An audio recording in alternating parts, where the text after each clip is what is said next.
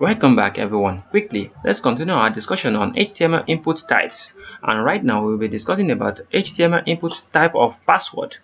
Quickly, I'm going to show you how this works, but one thing I want you to notice is that the character in a password field are masked, shown as asterisks or circles. So I'm going to show you how this works. Back to our document, we are having this in our input type of text in our previous tutorial. So I'm going to write another label. I need another input, which is input, and this type right here we are going to have password. I don't want to talk too much on this because we have to explain how all these things are always automatically generated for us is because of VS Code.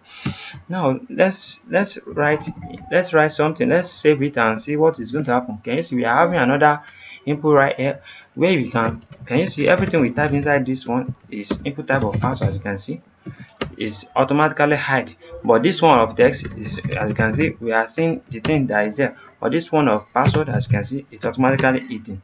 So let's give it a label also, so it can look nice on the browser. On top of it, you can add a label. Let's give it a label, and let's give it a label of password, right? Because we are talking about password, and we can give our ID as password also if we want. So, and also now let's just write password input, right?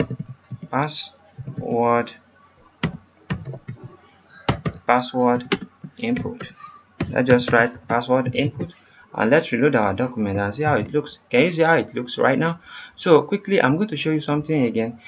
The BR tag is for breaking line. So if I didn't break it, let's say for instance now this BR at the end of this our text input, when I remove it, let's reload our document.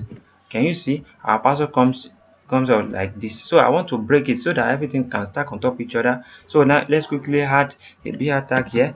So when I add a BR tag, it's going to jump to the next page. Can you see the next paragraph? And also let's break this one also to the next paragraph, our label to the next paragraph.